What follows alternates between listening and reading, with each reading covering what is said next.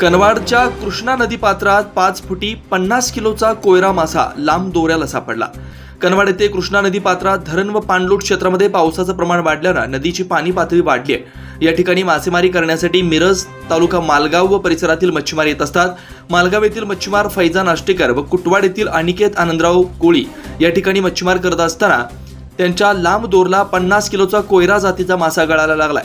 धरण पाणलोट क्षेत्रामध्ये मोठ्या प्रमाणात पाऊस पडत असल्याने कृष्णा नदीच्या पाणी पातळीत मोठ्या प्रमाणात वाढ झाली आहे। यामुळे मासेमारी करणाऱ्यांची वर्दळ कनवाड तालुका शिरोळ येथे वाढली असून बुधवार दुपारी 2च्या सुमारास मालगाव तालुका मिरज येथील फैयाज आष्टेकर व कुटवाड येथील अनिकेत कोळी कनवाड येथील कृष्णा नदीकाठी मच्छीमारी करत बसले होते। या वेळेला त्यांच्या लांब दोराला 5 फूट लांब व 50 किलो वजनाचा कोयरा जातीचा मासा गळायला लागलाय। यावेळी त्यांच्या हातचालाकीने मासा ताब्यात घेतला। हा मासा सांगली येथे 16,000 रुपये ला विक्री केल्याचं समजतंय। एकंदरीत कृष्णा नदीच्या पाणी पातळीत वाढ झाल्याने विविध जातीचे मासे कृष्णा नदी पात्रात येत असल्याने मच्छीमारांची चांदी झाल्याचं चित्र कनवाड परिसरात आहे।